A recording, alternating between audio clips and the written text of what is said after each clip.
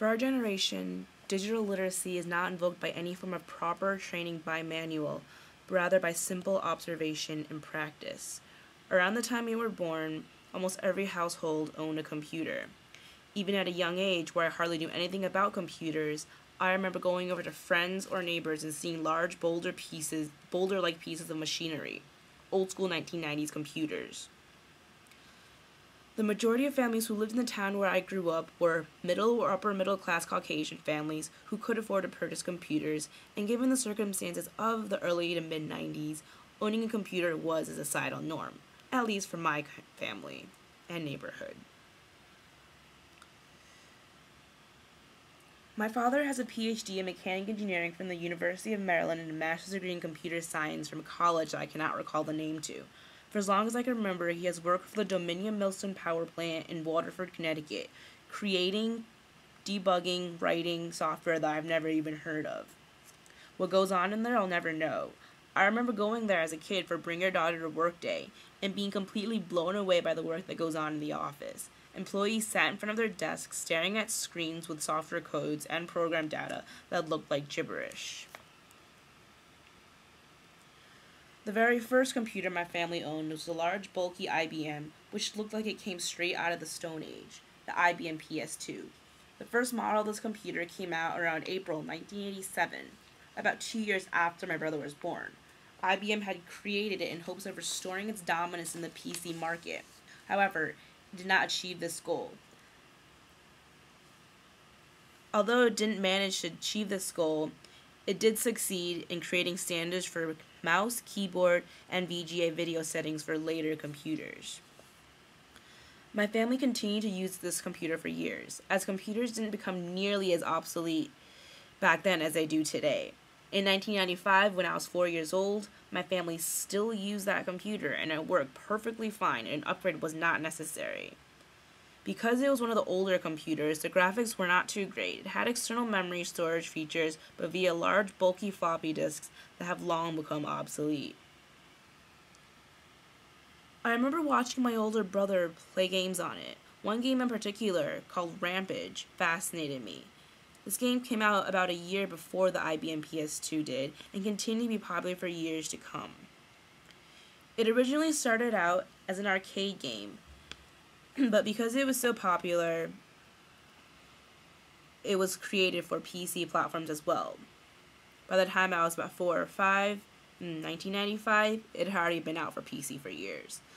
The player could play a series of characters, including a King Kong-like gorilla, a Godzilla-like lizard, and a werewolf.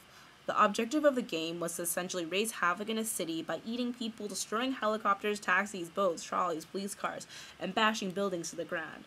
Today, the game continues to be incredibly popular, even though my brother doesn't play it anymore. The only difference is that the graphics are much clearer than they were back then. I remember watching my brother play this game for hours on end. I gawked at the screen, completely intrigued by the pixels and colors on it. By today's standards, the graphics were terrible, but watching my brother maneuver through his video games was beyond fascinating.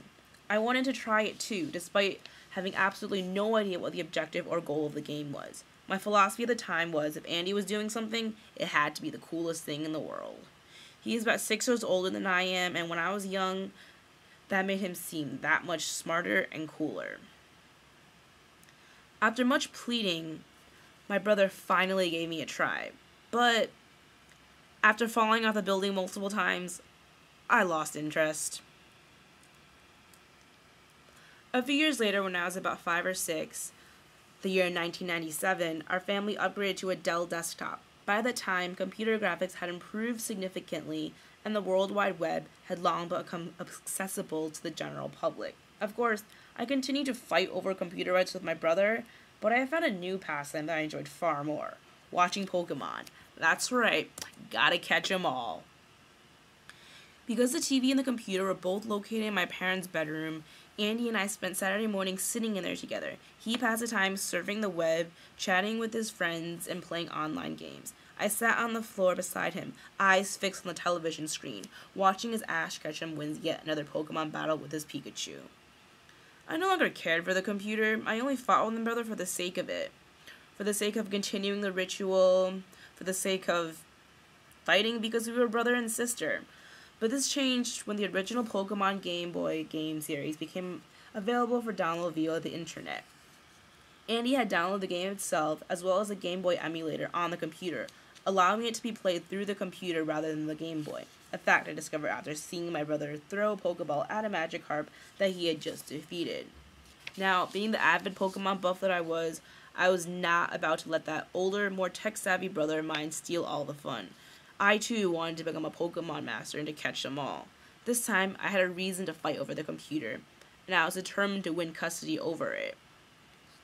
As Andy sat behind the computer screen, training his Pokemon, battling other trainers, and going about his quest to become a master, I sat behind him and watched over his shoulder, repeating the words, "Can I play? Can I play? Can I play?" over and over until he finally surrendered the computer to me. And thus begins my journey to digital literacy and my plummet into becoming a wired teenager who cannot survive without having electronic devices constantly at hand.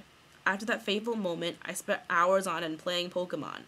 I remember being glued to my seat in front of the computer, moving my cursor along the screen, training my Charmander, Bulbasaur, Squirtle, and Pikachu, battling gym leaders and searching for other Pokemon to catch through the grassy knolls of nearby towns. I was obsessed. I ignored my parents when they called me to dinner, and I continued to play into the night.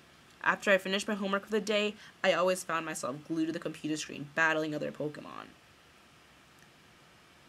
Ultimately, as time progressed, I grew out of my Pokemon phase, but I continued to use a computer to play other games, to do my homework, and to socialize with my friends. I moved on to various online games, role-playing games, like Final Fantasy. Number 8, which was released for Windows PC in 2000 in particular, was my favorite, and Tales of Phantasia. I pounded on the keyboard and figured out how to type via Type to Learn at school. I set up an AOL Instant Messenger account, a Zynga page, and finally, a Facebook account.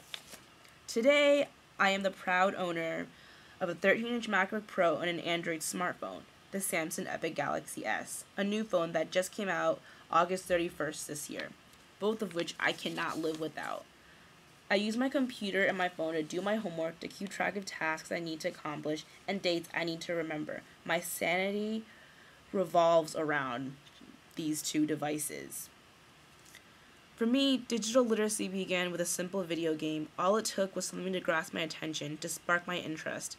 My brother and my father only facilitated the process, aiding me along the way, helping me during my many freakouts with technology, and providing me with the necessary tools to become digitally literate.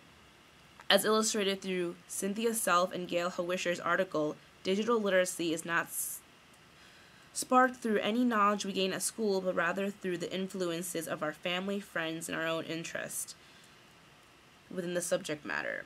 Whether we feel the necessity to read the instruction manual for the latest computer platform and teach ourselves to use a particular piece of technology for a new job position like Melissa in the article did, or whether we simply grew up around computers and family members who guided us along the way as we came to understand technology in the world around us, it is evident that in all cases we learned to use computers, cell phones, MP3 players, and all things digital because we want to and because we have an incentive to do so.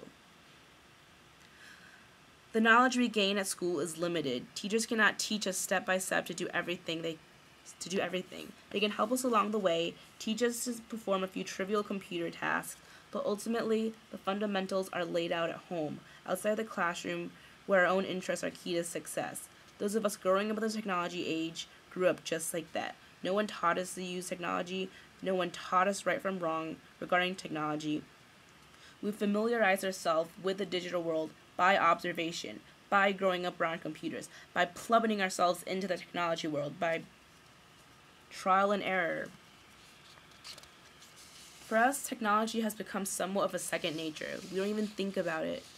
We are the technology generation. Because of the way we grew up, we live and breathe digital literacy.